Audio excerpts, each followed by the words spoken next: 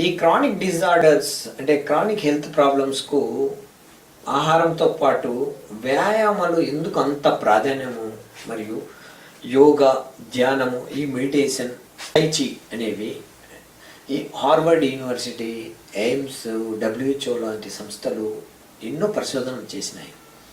ఈ ముఖ్యంగా దీర్ఘకాలిక మొండి వ్యాధుల్లో వీళ్ళు మానసికంగా బాగా కృంగిపోయి ఉంటారు. ఈ సెడెంటరీ లైఫ్, ఊబకాయము మరియు సరైన ఆహార నియమాలు ఉండవు. సో వీళ్ళలో కార్టిజోల్ మరియు అడ్రినలిన్ అనే హార్మోన్లు ఎక్కువగా ఉత్పత్తి అవుతాయి. ఈ ఉత్పత్తి అవ్వడం వలన ముందే నొప్పులతో ఉంటారు, ముందే వాళ్ళు అనారోగ్యంగా ఉంటారు. దీనివల్ల ఈ నిద్రలేమి లేకపోవడం వల్ల ఇవి డబల్ అవుతాయి. దీనికి సరైన విరుగుడు వ్యాయామం, యోగా, ధ్యానము, మెడిటేషన్.